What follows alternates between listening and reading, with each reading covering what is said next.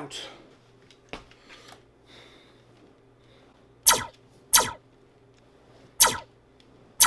Alright, ladies and gentlemen, welcome to Lee Photographies. I am Mike, and also known as Lee, and today we are talking about the pew-pews.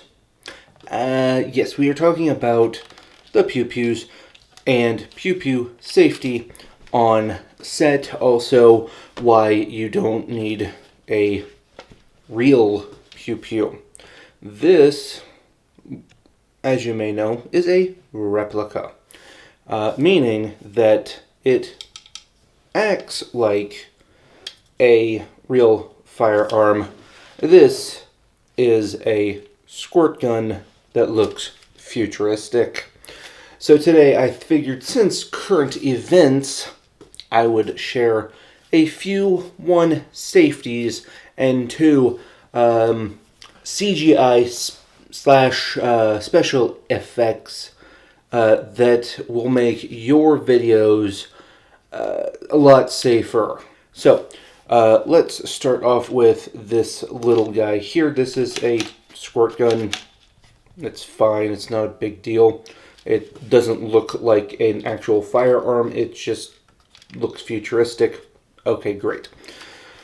So basic rules for your firearm safety is always assume that it is loaded. Even if you've checked it and made sure that it's not loaded, you cleared it, all of that stuff. You checked the magazine, empty. Assume that it is still loaded in your mind, because accidents happen. This is a futuristic toy, of course, but you can still do stuff to make it kind of look more realistic if you were to make a movie for it, or use it as a prop. Now, this is what you would call a true prop, because it doesn't really shoot anything besides maybe water. Now we have this guy. This is a replica, and it is a fantasy replica because if you look here, it is a 3-barreled replica. It is also a flintlock replica, and this would be for like a duel or your secondary weapon for your movie. So like if you were done shooting your long gun in an old-fashioned war movie, like any of the, you've seen the old war movies, this would be like your secondary. Maybe it's a dual gun where you take 10 steps and you fire. This one acts like a real firearm, except for there's no way of putting a round in the chamber. There's no place to do that. Even if you put it in here, this doesn't actually act like a firing pin. But the fun thing is, this does actually come back. It actually comes back quite a lot. If you do that, it does spring forward and will kick this up if you use it properly. The trigger does pull, and it does that. So it does come back. I don't want to use it too much until we get into the visuals, but it does work just like a regular pew-pew firearm. So, except for it doesn't muzzle flash and it doesn't send out any projectiles. These are great for your studio productions, especially when we get into the CGI version of these replicas. Now, the great thing about these is they look real, they act real, you can still pull the trigger, you can still load the hammer back, and they still fire, but they don't fire a projectile. which is good because then that means that nobody gets hurt on set. Now, how would you make this work? Well, for this one, it's a basic, either you could use a green screen video effect, you could make a PNG in Photoshop and overlay it over your thing, and then make a sound effect for it. These ones, there are actual videos that are green screen that computer people have made of more realistic smoke and firing of the muzzle. So they can do that. And of course, there are sound effects that you can either make or get online. It's typically cheaper and easier just to get them online because it's kind of a pain to find the proper sound that you want for these guys. A little bit easier for these guys because it's just a little Photoshop trick that you can do. And I will show you guys that in Photoshop and in iMovie now. Here we go.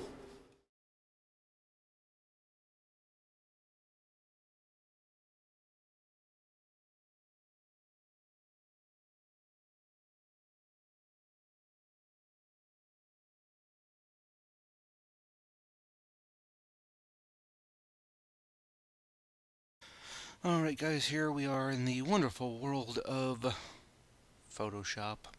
So with this, what I would like to start off with is that this is not the same one that I have in the beginning.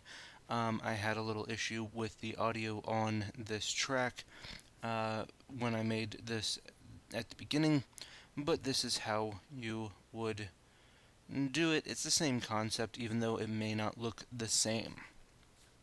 So you have create and open. I go up here and hit new instead of, you can either create new or you can go up and hit new. Either way, it doesn't matter. The size of this really doesn't matter right now. I have this as a 7 by 5. It really doesn't matter. It's the same either way. You want it to be RGB color.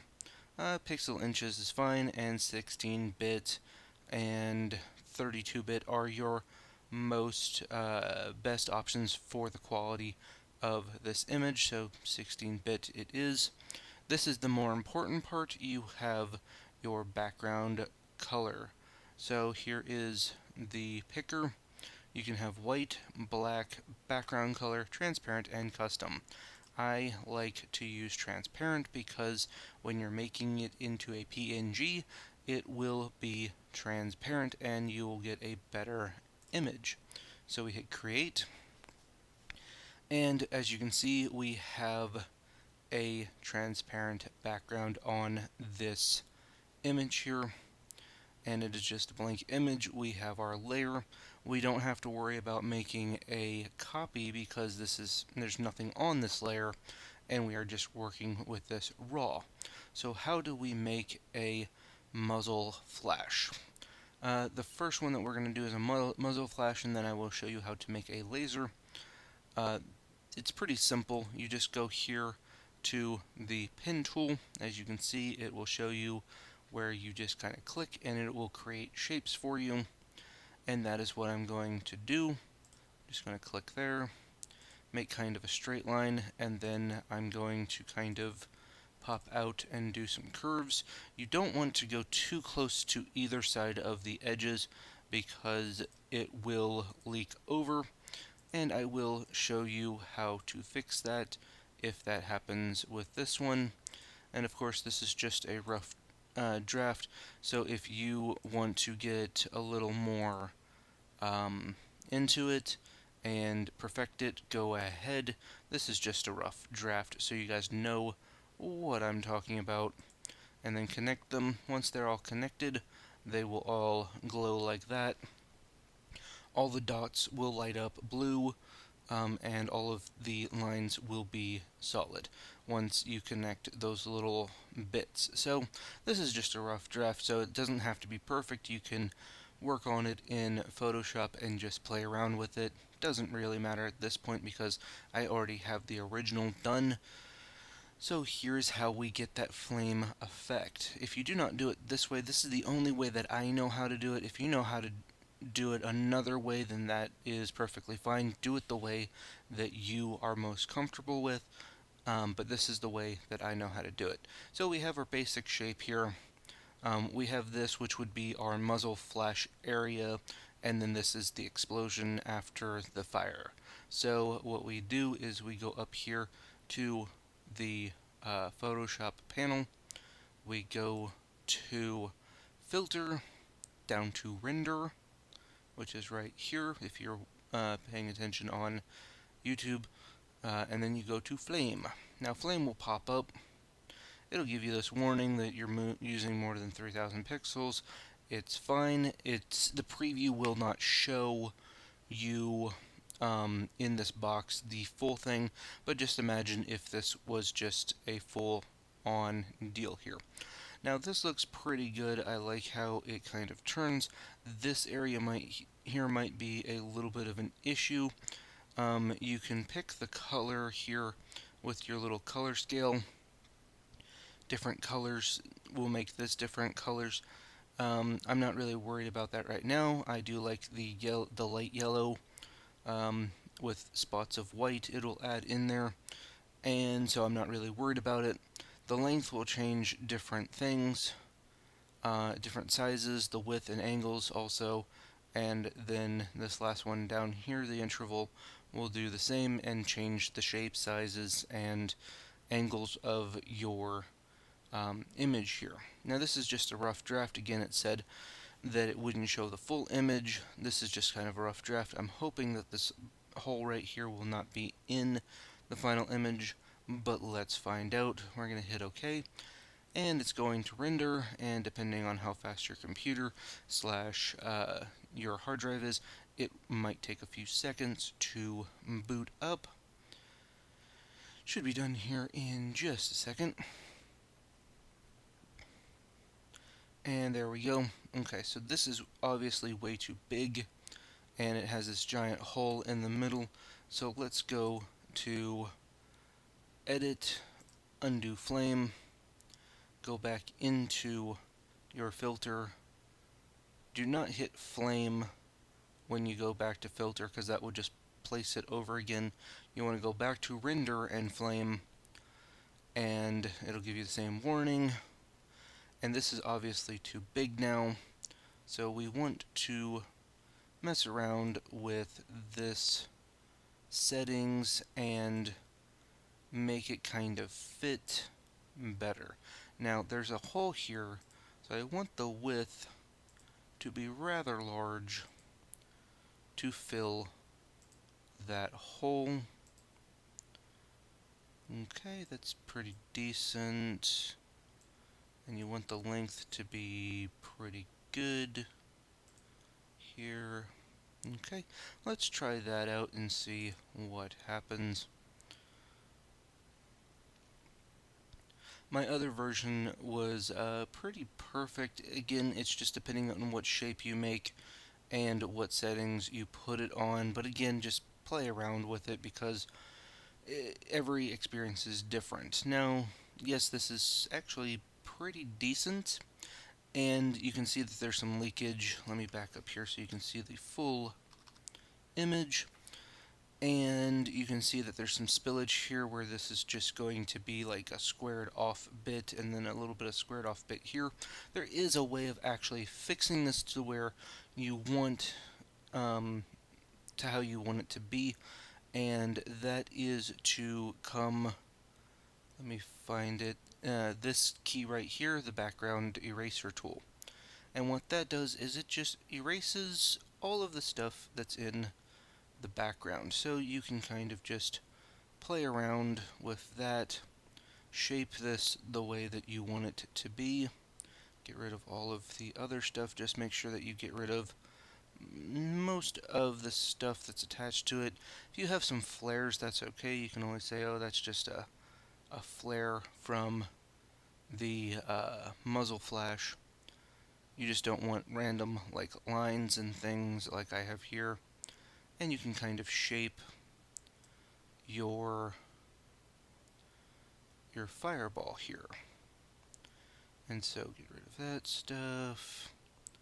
Get rid of this bit here.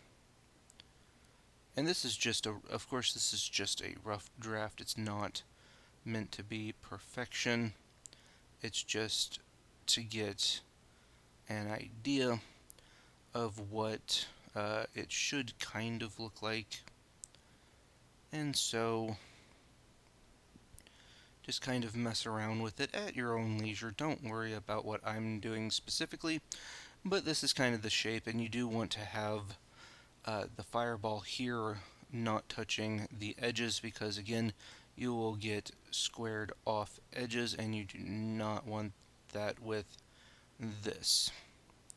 So that is fine. You could pop in a few little transparencies around the edge, not full transparencies. Let's undo that. And then you can go here and lower the harshness and just do, maybe raise the size up a little bit and just do a few little notches around, and that's fine too. Just kind of experiment with it, but that's the general idea. Once you're happy with your fireball, what you can do is go up here to your file, go to Save As. You can either do Save or Save As. I usually do Save As, and hit the computer button. Now this is kind of important. You want to name it something that you're going to know, like Fireball.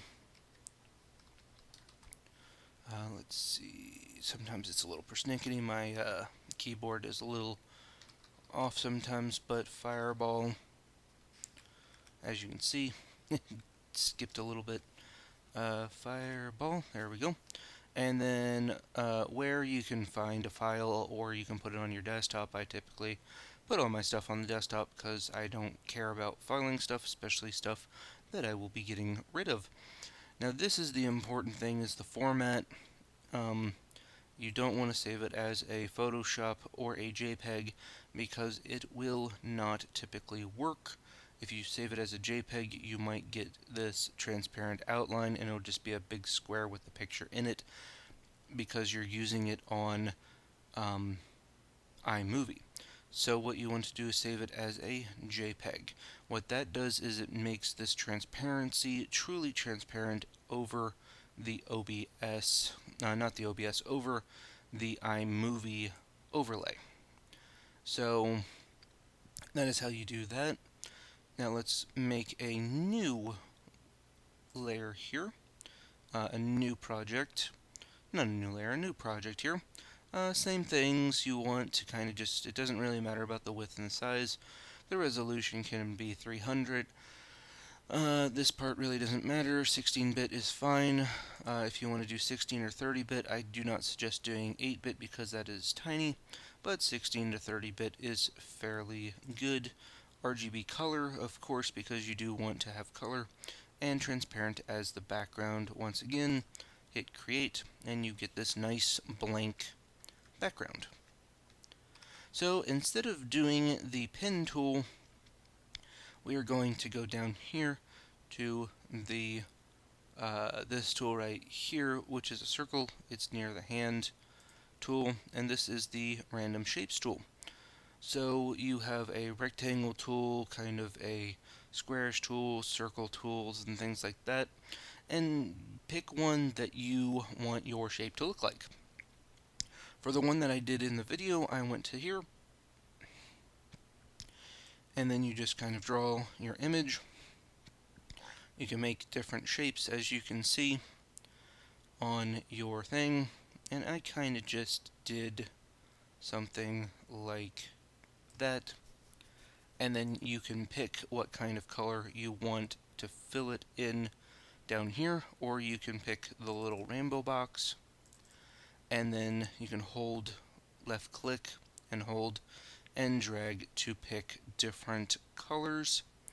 And then you have this histogram here as well that you can jump through, or if you have a very specific color compound that you want, you can put in its configurations, or you can just put in the color number down here. So for the one that I did kind of a yellow, a little more yellow than gold there, so let's go to yellow, and it's pretty good. Go down to more of a yellowish, and that's about right. Then you can hit OK, and what will happen is it will fill in that circle. Let's get rid of this option tool here, and this is your basic color. Now, how do you give it that, let's say, sci-fi look? Well, what I did was I went here to blending options. Now, blending options will show it here, but because it's a transparent background, you're not going to see the full effect on this. So I suggest looking at this preview screen to kind of get a feel of what you're actually doing. You can do an inner glow, which you don't technically need, but you can mess around with it and get different versions of it like that, and just kind of mess around with it as you feel like you need to. And that will be the inner glow, and then you can go to the outer glow, which is more kind of important. So the inner glow, let's go back to, where did it go? Inner glow. Let's change that to kind of a blue color, and we will make that like that. And then we can go to the outer glow. I want the outer glow to be yellowish, and then we can change the specifications. Now, you want to be careful. You want still this rounded edge to be like this. So when you do your spread and your size, just kind of look over here, but also look over here, because this is what it's going to look like. So you can mess with that. That will change the spread. As you can see in this little box here, it's a little bit easier to see what it's actually doing. It's making it somewhat pixelated, and as you go more to the right, it's pixelated, but it's a little more tight. Size is going to be how close to that edge you make it. You can go all the way out like that, or you can find a nice sweet spot in the middle and just kind of play around with it, but always kind of look at this box here on the preview to know what it's actually doing to this image, because as you can see, it's not really giving you a direct diagram of what it's doing. The range really doesn't do much in this option. It does some stuff, but it's not enough to really do any real damage to it. You can just hit OK. Go ahead and hit that to get rid of that, and that's basically how you do it. If you want this inner circle again to be a different color, go ahead and pick a different color, and then make the outer glow a different color from that, and you'll get maybe, like, if you want it to be like a red and yellow, you can pick the inner circle to be red. So let's go to inner, and we can pick, let's say we want it to be red. Go there, and then hit OK. And then you can just mess around with it until it looks like how you want it. So that's pretty much it for that. Now we will jump into the magical world of iMovie. Here we are. Okay. And again, with this one, just make it a PNG. Save it as a PNG wherever you'd like it to be, and that will work the same way. I had made some pre-PNGs, and this is the preview of the video that you guys saw at the beginning of this video. And basically, I had made some pew-pews, and then I had overlaid some soundtracks beyond it underneath. So how do we do that? Well, we take our file and we drop it in.